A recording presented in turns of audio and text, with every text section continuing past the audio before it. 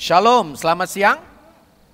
Ya, puji Tuhan, terima kasih untuk kesempatan yang diberikan kepada saya untuk bisa melayani di NDC, ada di Bewok, buat Pastor Ivan ya, yang sudah juga mendampingi, kemudian juga kepada semua tim kepemimpinan yang melayani pada hari ini. Dan saya percaya kita semua dalam kondisi yang sehat-sehat dan sejahtera dalam Tuhan. Amin. Ya, dan hari ini nama lengkap saya Seno Wijaya, saya melayani di Abba Love Ministry. Ya, jadi bertetangga ya, dan tentunya merupakan keluarga rohani bersama-sama juga dengan NDC. Dan saya tentunya sudah menikah ya, tampilan terus muda terus ya, karena paket hemat saudara. Ya, ini keluarga saya, ya, istri saya Friska, kemudian kami dikaruniai 3 anak ya, yang paling besar Joshua tahun depan akan lulus menjadi dokter ya, jadi tentunya ya bisa jadi berkat ya buat menolong banyak orang. Kemudian yang kedua Jeremy sekarang sudah di MDP, ada di salah satu perbankan swasta di Indonesia. Dan yang ketiga Jane ya, ini masih kuliah ya, jadi gampang hafalnya 3J, Joshua, Jeremy, dan Jane. Dan menghafal keluarga kami gampang juga, kacamata semua ya, jadi puji Tuhan. Oke, nah hari ini saya juga tidak sendirian, saya didampingi oleh Hengki ya, salah satu tim juga yang mendampingi saya. Ya, Hengki boleh lambaikan tangan ya, oke, walaupun pakai masker ya, tapi sambutan dengan sambutan yang hangat. Oke, pada pagi hari ini saya ingin berbagi di tengah-tengah situasi yang ada ya, yang kita hadapi. Saya yakin bahwa ini merupakan bagian yang Tuhan mau kita punyai sebagai umat yang percaya kepada Dia. Maka tema firman Tuhan saya berikan satu pernyataan, yaitu active faith, iman yang aktif dalam hidup kita. Lukas 18 ayat yang ke-8, mari kita lihat. Yesus berkata kepada kita semua, "Aku berkata kepadamu, Ia akan segera membenarkan mereka. Akan tetapi jika Anak Manusia datang, adakah ia mendapati iman di bumi?"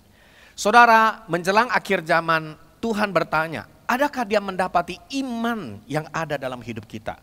Ya, buat kita semua yang hari ini beribadah secara onsite, puji Tuhan. Namun kami juga mendorong buat saudara yang online, mari kita mau bersama-sama untuk ada di dalam ibadah onsite. Ada amin? Supaya kita saling meneguhkan, saling menguatkan iman satu dengan yang lain. Nah, hari ini kita bisa melihat bagaimana Tuhan menginginkan agar setiap kita semua ya memiliki iman yang terus aktif dan bertumbuh. Saya mau mengutip di dalam salah satu ayat, yaitu di dalam 2 Timotius pasal pertama ayat 5-6 di dalam terjemahan Alkitab mudah dibaca. Ya, terjemahan Alkitab sekarang sudah banyak sekali. Ya, dan ini salah satu terjemahan yang juga cukup bagus. Ya, dikatakan pada ayat yang ke-5 sampai pada ayat yang ke-6, mari saya mau ajak kita baca bersama-sama. Aku ingat imanmu yang benar. Sama-sama katakan, aku ingat imanmu yang benar. Iman yang seperti itu pertama-tama telah dimiliki oleh nenekmu Lois. Lalu kemudian ibumu Eunike.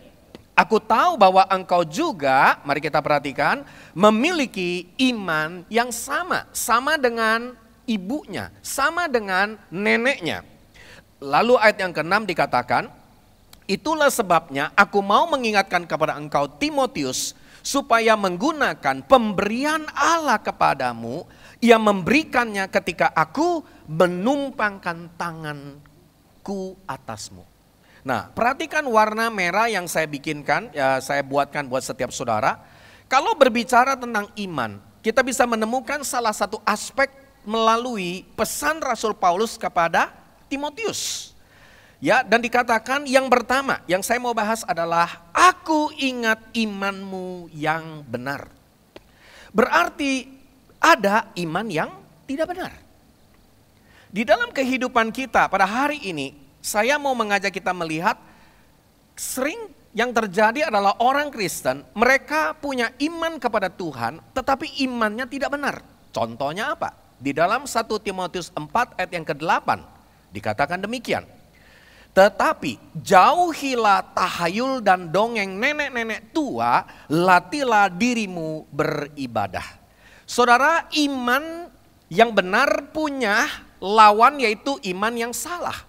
Nah, salah satunya kita seringkali temukan iman yang ada di dalam 1 Timotius 4 yang ke-7, yaitu percaya sama Tuhan tapi masih percaya tahayul dan dongeng nenek-nenek tua.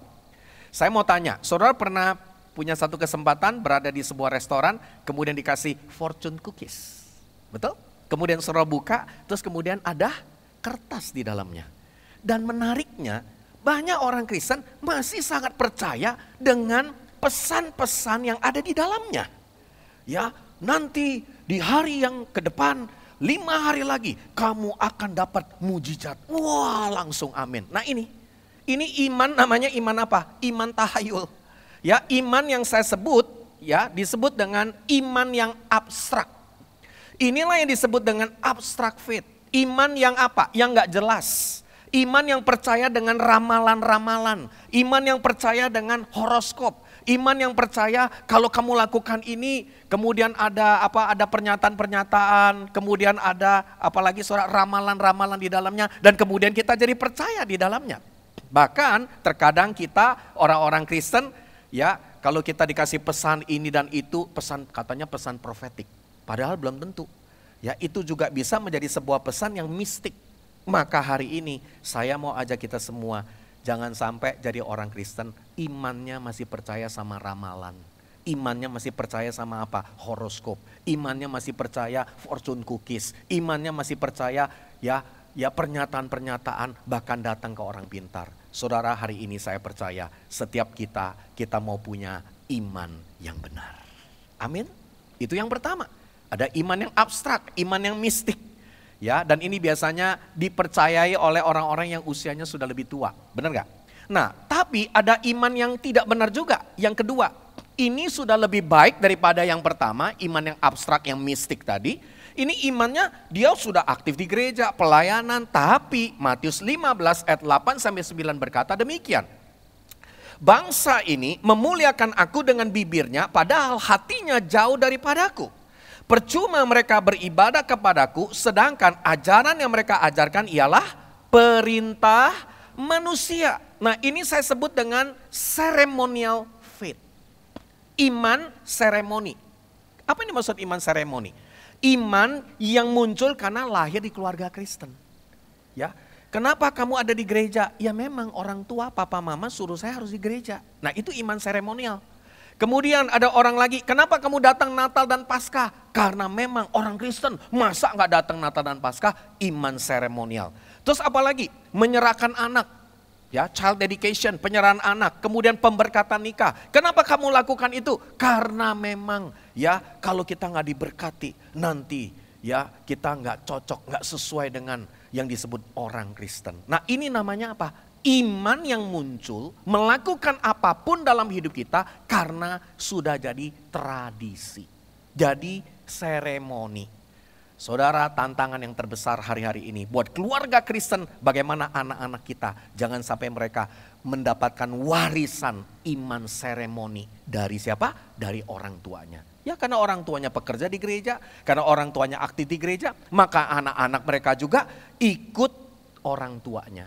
Hari ini saya percaya Tuhan tidak mau kita punya iman seremoni. Amin, saudara. Tuhan gak mau kita punya iman tradisi. Iman karena liturgi, iman karena memang sudah kita ikut dari sebelumnya. Tapi hari ini kalau saudara mau punya iman yang benar, punyailah yang disebut dengan Ibrani 11 ayat yang ke-6. Mari kita baca sama-sama, karena iman yang benar harus kita baca sama-sama. Tetapi tanpa iman tidak mungkin orang berkenan kepada Allah. Sebab barang siapa berpaling kepada Allah, nah kata berpaling di sini adalah bahasa aslinya mendekat kepada Allah, ia harus percaya bahwa Allah ada. Oh, hari-hari ini banyak orang Kristen ada di gereja tapi nggak percaya Tuhan ada. Ya, ini hari-hari ini lagi banyak ya di sosmed, di berbagai bentuk-bentuk pernyataan, ya banyak filosofi-filosofi yang hari ini sedang diajarkan ke tengah-tengah generasi. Tetapi hari ini dikatakan kita harus percaya bahwa Allah ada. Dan dikatakan apa? Bahwa Allah memberi upah kepada orang yang bersungguh-sungguh hati mencari Dia. Nah, ini yang saya sebut dengan bukan abstrak faith, iman yang mistik, iman yang abstrak, Bukan iman seremonial karena liturgi, karena sudah terbiasa jadi Kristen, sudah lahir, sudah jadi Kristen 10 tahun, 20 tahun. Bukan, tapi ini yang disebut dengan personal faith. Iman yang personal. Tidak jadi jaminan kalau hari ini kita orang tua ya sudah melayani Tuhan sungguh-sungguh, anak-anak kita pasti otomatis juga ya mereka punya personal faith. Belum tentu. Dan hari ini saya mau ajak kita alami iman yang personal di hadapan Tuhan. Alami perubahan hidup yang nyata dalam hidup kita. Saudara, hari ini saya percaya iman secara personal hari ini Tuhan mau temukan dalam hidupmu. Seperti Alkitab berkata tadi, Lukas 18, adakah aku mendapati iman di bumi ini? Itu bicara apa? Personal faith. Pengalaman imanmu bersama dengan Tuhan. Nah hari ini saya mau ajak saudara melihat personal faith, iman yang ada dalam diri kita. Sejak kita lahir baru, kita harus tumbuhkan. Kita harus aktifkan. Maka saya sebut personal faith itu dia harus menjadi active faith. Iman yang aktif, bukan iman yang pasif, bukan iman yang abstrak. Bukan iman yang mistik, bukan iman seremoni, tapi iman yang bertumbuh secara terus menerus. Makanya kalau saudara melihat ada gambar apa? Ada gambar tanaman yang di dalamnya ya masih ada daun yang kecil, kemudian bertambah berapa daun lagi, terus bertambah dan semakin lebih lebat. Itulah hakikat orang Kristen yang punya personal faith, pasti mereka akan terus bertumbuh. Amin saudara. Nah hari ini coba kita lihat sebuah kisah di dalam Alkitab yang menggambarkan kepada kita bagaimana iman harus terus bertumbuh. Coba kita lihat kisah ini di dalam Markus 9 ayat 21 ya sampai pada ayat yang ke-27 ya, nanti kita akan pilih beberapa ayat, coba kita perhatikan baik-baik. Lalu Yesus bertanya kepada ayah anak itu, sudah berapa lama ia mengalami ini, sakit maksudnya? Jawab dari orang tua ini, sejak masa kecilnya. Jadi anak ini punya penyakit genetik dari kecil. Dan yang menarik adalah sakitnya ini ada roh jahat yang ada di dalamnya. Jadi saudara mesti bedakan, ada penyakit yang memang secara alami, tapi ada penyakit yang ada kuasa gelap menungganginya. Karena dikatakan ayat 22. Dan seringkali roh itu menyeretnya ke dalam api atau ke dalam air. Ya, jadi hobinya masuk air, hobinya masuk api. Ya makanya tadi ada sempat obrolan di masa-masa hari ini banyak pandemi, banyak krisis, banyak persoalan, orang tidak punya iman ya, maka setan membawa mereka ke dalam api, ke dalam air. Bahkan juga hari-hari ini ke atas jembatan lompat. Ya di dalam mall lompat juga dari mall, ya kan? Nah, ini yang sedang terjadi. Sebab itu dikatakan ya kan menyeretnya untuk membinasakannya. Sebab itu jika engkau dapat berbuat sesuatu, tolonglah kami dan kasihanilah kami. Yo, ayat 23. Mari kita baca sama-sama. Jawab Yesus. Yuk. Katamu jika engkau dapat. Mari kita baca. Tidak ada yang mustahil bagi orang yang beriman. Ada amin saudara? Karena kata percaya di sini artinya beriman. Iman yang personal, iman yang terus bertumbuh. Dan firman Tuhan bilang, enggak ada yang mustahil bagi orang percaya. Nah, saya mau tanya, saudara orang percaya? Coba angkat tangan tinggi-tinggi orang percaya. Orang beriman, puji Tuhan, saya ucapkan selamat mengalami banyak kemustahilan. Wah, amin saudara. Ya, yang mustahil tapi jadi mungkin. Nah ini spesialisasi kita orang Kristen, orang yang saudara beriman, orang percaya mengalami banyak kemustahilan, tapi tidak ada yang mustahil bagi orang percaya. Maka dikatakan segera ayah anak itu berteriak. Dia berkata apa? Aku percaya, ya kan? Tapi ada kalimat kedua lagi, tolonglah aku yang tidak percaya ini. Coba lihat sebelahnya. Ini jadi orang ini sebenarnya percaya apa enggak percaya? Dia bilang, aku percaya. Nah ini banyak orang Kristen begitu tuh. Aku percaya Tuhan, tapi tolonglah aku yang tidak percaya ini. Bingung. Makanya lihat wajah sebelahnya, konslet. Ya, error. Antara dia percaya, antara dia tidak percaya. Jadi sebenarnya ini bicara tentang apa? Dia sudah percaya belum sebenarnya? Orang tua anak ini sudah percaya belum? Oh, saudara bilang sudah percaya. Ada yang bilang belum percaya. Jadi sebenarnya apa? Dia sudah percaya. Tapi ragu. Dia nyanyi lagu apa? Aku percaya Tuhanku dahsyat, Kau turun tangan. Tapi habis itu, tolonglah aku Tuhan yang tidak percaya ini. Ya nyanyinya mah percaya, tapi realita dalam kehidupan waktu dia hadapi, dia tidak percaya. Jadi sebenarnya kalimat tidak percaya ini apa? Kurang percaya. Dia ragu-ragu. Jadi kesimpulannya apa? Kesimpulannya imannya harus bertumbuh. Amin saudara. Maka kita bisa dapatkan dalam Lukas 17 ayat ke-5 dikatakan demikian. Ternyata iman itu harus bertumbuh. Ayatnya bilang begini, lalu rasul-rasul itu bilang kepada Tuhan waktu mereka mengalami ya ada peristiwa tertentu. Mereka bilang begini sama Tuhan Yesus, tambahkanlah iman kami. Berarti iman itu perlu bertumbuh, perlu bertambah. Iman bisa berkurang juga ya ternyata ya. Bisa. Kalau lagi ngalamin berbagai persoalan, kemustahilan, masalah, kita jadi makin drop. Kita makin melihat realita di depan mata. Maka lawan dari iman adalah realita di depan mata kita. Maka hari ini saya mau sampaikan, coba perhatikan. Saudara yakin bahwa iman saudara harus bertumbuh? Di dalam Alkitab saudara bisa temukan bahwa iman itu Yesus gambarkan ada yang kecil seperti biji sesawi. Tapi juga Yesus pernah bilang begini kepada siapa? Perwira yang di rumah yang dia bilang Tuhan perintahkan aku akan perintahkan nanti anakku akan sembuh. Yesus bilang begini, aku tidak pernah mendapati iman sebesar perwira ini. Berarti kesimpulannya apa? Ada yang kecil, ada yang besar. Ada prosesnya, ada iman yang hidup, ada iman yang mati. Ada iman yang apalagi saudara, Yesus bilang kamu kurang iman. Makanya rasul-rasul bilang tambahkanlah iman kami. Berarti kesimpulannya iman itu bisa ada proses naik turunnya. Tapi hari ini saya percaya kita harus menjadi orang Kristen yang apa saudara? Orang Kristen yang mengalami pertumbuhan iman yang terus menerus. Amin saudara. Saudara mau mengalami banyak mujizat dari Tuhan? Coba angkat tangan yang mau mengalami banyak mujizat. Puji Tuhan, selamat mengalami banyak masalah yang besar dalam Tuhan juga. Benar gak saudara? Ya kan? Kalau saudara mengalami tantangan, masalah, persoalan yang besar, itu tandanya apa? Tandanya bahwa iman saudara sedang di-upgrade oleh Tuhan. Amin. Makanya hari ini jangan mengeluh kalau kena banyak masalah. Itu tandanya apa? Imannya lagi mau di level up, dinaikkan. Amin. Ya oke. Nah kalau saudara perhatikan, ya, dari ayat yang kita sudah baca, kita harus terus bertumbuh iman kita. Ya, namun ada yang kedua juga, iman kita yang sudah bertumbuh ini harus kita berjalan dari iman yang satu kepada iman yang lain. Saudara pernah baca ayatnya?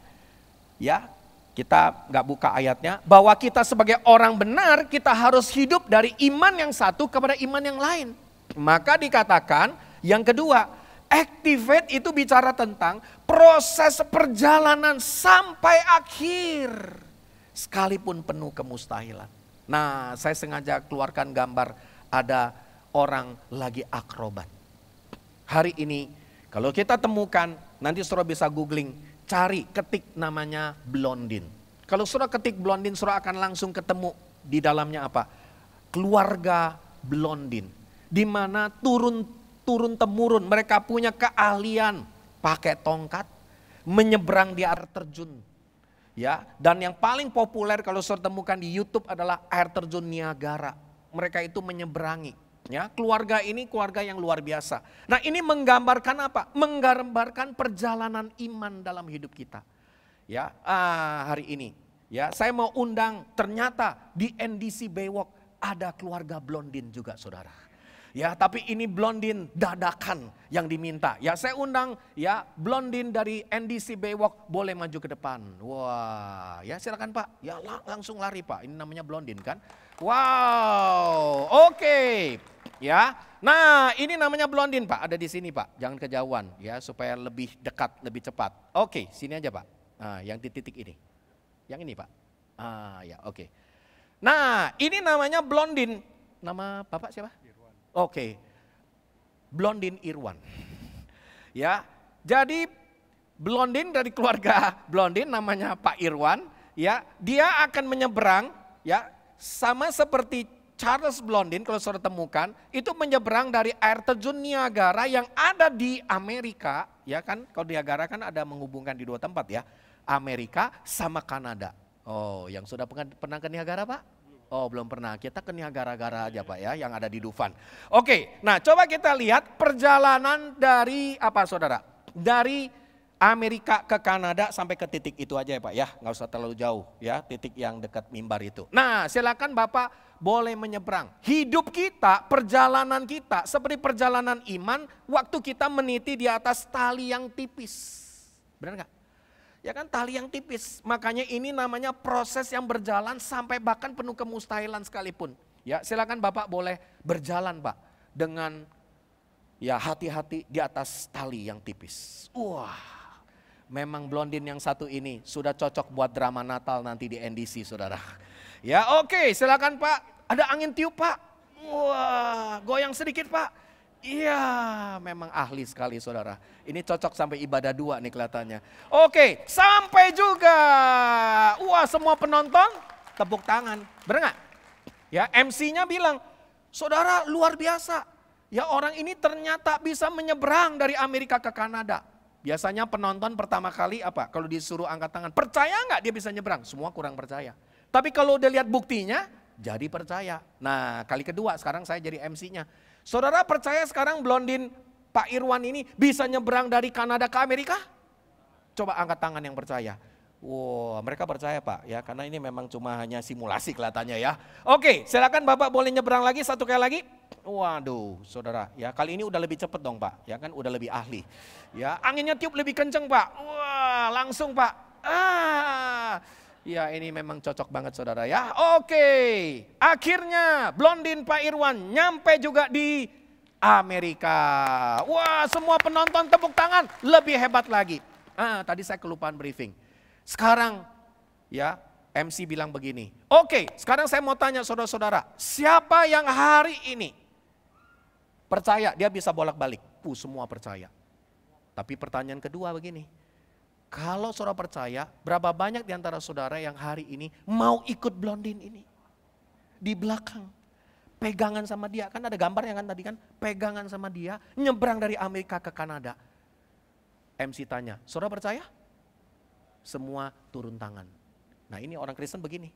Oh kalau dia mah, Pak Ivan mah kita percaya. Kalau kita, ya tunggu dulu Pak. Ya kita belum sampai levelnya.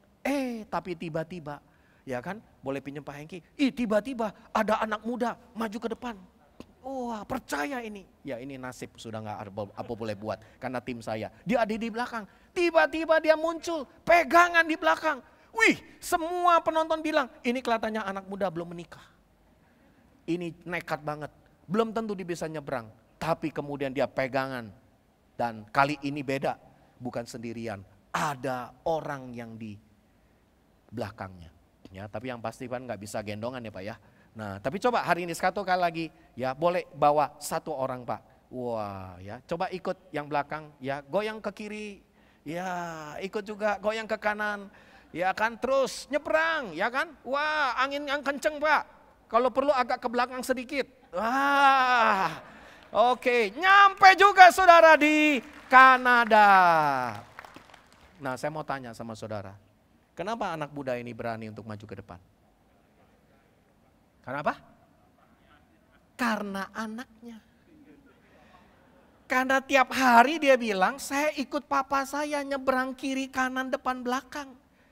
Makanya demikianlah saudara, dalam perjalanan imanmu bersama dengan Yesus. Engkau hari ini menjalani banyak kemustahilan. Tapi sebenarnya apa? Bukan saudara yang sedang berjalan. Tapi Yesus yang sedang berjalan. Dan saudara sedang pegang di belakangnya. Ada amin saudara? Makanya gak perlu ragu. Yang bikin seringkali, tahu yang bikin seringkali goyang-goyang bukan Tuhan Yesus. Saudara yang bikin Tuhan Yesus goyang-goyang. Kenapa? Karena saudara kurang percaya, saudara kurang yakin. Makanya saudara sendiri yang ketakutan. Tapi hari ini kita bersyukur bahwa Tuhan yang memimpin kita. Perjalanan dari iman kepada iman yang lain sampai kepada kesempurnaan. Ada amin saudara? Wow, terima kasih, berikan tepuk tangan buat Pak Irwan dan Pak Hengki. Ya, oke. Jadi saudara, ini namanya apa? Perjalanan sampai akhir, sekalipun penuh kemustahilan. Kalau tadi yang pertama iman yang terus bertumbuh.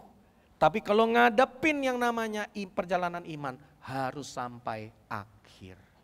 Maka hari ini saya percaya jemaat NDC, engkau adalah jemaat yang setia sampai akhir dalam perjalanan imanmu di hadapan Tuhan. Berikan kemuliaan yang terbaik kepada Tuhan saudara. Hari ini 1 Petrus 2 ayat 6 berkata demikian. Sebab ada tertulis dalam kitab suci, sesungguhnya aku meletakkan di Sion sebuah batu yang terpilih. Sebuah batu penjuru yang mahal. Dan dikatakan apa? Siapa yang percaya kepadanya, percaya kepada Yesus, beriman kepada Yesus, hidupnya, pelayanannya, apapun yang dia kerjakan tidak akan dipermalukan. Ada amin saudara? Hidupmu akan dipermuliakan oleh Tuhan oleh karena iman dan percayamu kepada Tuhan. Saya mau tutup firman Tuhan hari ini. Kembali 2 Timotius 1 ayat 5 sampai 6. Tadi sudah bahas, ya panjang ya yang bahas iman yang benar, kita sudah belajar sekarang. Tapi yang kedua, kita mau belajar apa? Iman yang sama. Nah, ada kalimat iman yang sama. Iman yang sama artinya apa?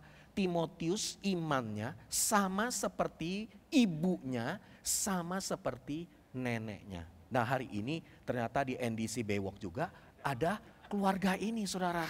Ya saya undang ya dari Ibu Lois dulu. Iya, Ibu Lois dulu yang paling senior, neneknya saudara. Wah, ya. Yang kedua, Ibu Yunike. Wah, ini anaknya saudara, upgrade. Ya, genetic improvement lebih gede daripada mamanya. Ya, kemudian yang ketiga ada Timotius. Ya, silakan Bu ada di sini. Ya, boleh ada di sini. Di sini aja, deket-deketan. Iya, oke. Stop sampai sini. Terus Timotius, ini upgrade juga, cucu. Ya, lebih tinggi lagi. Ya, jadi memang menanjak pertumbuhan iman saudara. Ini pas ya, memang yang milih pas nih, kayaknya cocok nih Pak ya. Oke, nah ini Lois, ini Yunike, ini Timotius. Nah pertanyaan saya begini, dibilangnya iman yang benar, coba lihat ayatnya. Iman yang seperti itu, yang benar itu pertama-tama dimiliki nenekmu Lois. Kemudian dimiliki oleh ibumu Yunike. Dan aku tahu bahwa engkau memiliki iman yang sama. Nah saudara perhatikan, kenapa Timotius punya iman yang sama seperti ibunya? Kenapa dia punya iman yang sama seperti neneknya? Ya, saudara tahu kenapa? Karena yang menarik begini, kenapa enggak dibilang Timotius punya iman seperti papanya Edward, suaminya Yunike? Enggak ada ayatnya, saya tambahin sendiri. Kenapa enggak dibilang Timotius punya iman yang sama seperti ayahnya, namanya Loki? Tapi lucu, menarik. Kenapa mamanya dan neneknya? Ayo, kenapa enggak papanya? Alkitab kan selalu mencatat dari silsilah pria umumnya. Karena ayah dari Timotius atau suami dari Yunike bukan orang Yahudi. Papa Timotius adalah orang Yunani. Dan yang hebat, saudara tahu, orang Yahudi selalu mereka mengajar anak harus dari orisinil Yahudinya. Mereka nggak pernah outsource kepada orang lain. Karena orang Yunani dianggap bukan bangsa pilihan. Maka hari ini saya mau katakan begini. Tapi Tuhan memilih Yunike, Tuhan membawa Lois. Kenapa Timotius dia bisa punya iman yang sama seperti Yunike? Karena dia tiap hari lihat mamanya berdoa kepada Yahweh. Berdoa kepada Allah bangsa Israel. Berdoa kepada Tuhan. Saudara, keteladanan hidup ditransfer. Maka hari ini saya mau katakan, orang tua, anakmu gak otomatis jadi Kristen. Tapi anakmu bisa jadi Kristen karena lihat hidupmu. Sebab itu, Iman yang benar adalah personal faith, tapi personal faith juga bisa dilihat, didapatkan dari keteladanan orang tua. Saya yakin orang tuanya namanya mamanya Timotius. Dia pasti berdoa setiap hari. Dia membaca firman Tuhan setiap hari. Dia punya iman bersama dengan Tuhan. Dan dia bisa melihat perjalanan yang sama. Kemudian kenapa Yunika bisa lihat dari Lois? Karena Lois memberikan contoh. Maka ini yang saya sebut dengan, mari kita perhatikan. Yang disebut dengan iman yang sama bisa didapatkan melalui apa? Melalui keteladanan hidup. Maka hari ini saya berdoa, orang-orang tua, berapa banyak engkau rindu anakmu mengalami iman yang aktif, personal faith. Bukan seremoni, bukan kau paksa dia di gereja, tapi karena hidupmu. Karena keteladanan yang engkau punya, maka engkau akan bisa melihat akan lahir Timotius rohani dalam kehidupanmu. Amin. Tapi ada menarik lagi, ini yang terakhir. Dikatakan, itulah sebabnya aku mau mengingatkan engkau supaya menggunakan pemberian Allah kepadamu, ia memberikannya ketika aku Paulus menumpangkan tangan atasmu. Jadi ternyata karena ayah Yunike, atau maaf suami Yunike, bapaknya Timotius, secara jasmani orang Yunani, tapi ada Paulus. Paulus itu gambaran apa? Dia orang Yahudi. Dia gambaran adalah bapak rohani buat Timotius. Maka hari ini saya mau katakan, kenapa saudara mesti ada di gereja? Karena iman, selain diimpartasi dari orang tua, iman juga bisa diimpartasi dari pemimpin-pemimpin rohanimu. Dari gembalamu yang menumpangkan tangan. Makanya gak boleh main-main loh, menumpangkan tangan itu ada urapannya.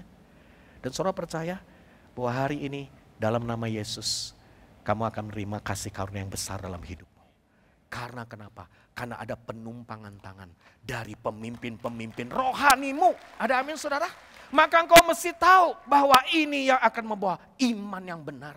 Yang akan berjalan terus menerus. Sekalipun mungkin secara jasmani ayah di dalam keluarga belum berfungsi, belum jadi orang beriman. Makanya terkadang gereja lebih banyak wanita, lebih banyak ibu-ibu. Tapi hari ini percayalah Tuhan juga bisa memakai gereja sebagai keluarga rohani. Di mana ada bapak rohanimu, ada ibu rohanimu, ada kakak rohanimu, ada adik rohanimu. Dan mereka yang akan mengimpartasikan, mendoakan, menumpangkan tangan, dan iman akan bertumbuh dalam kehidupanmu.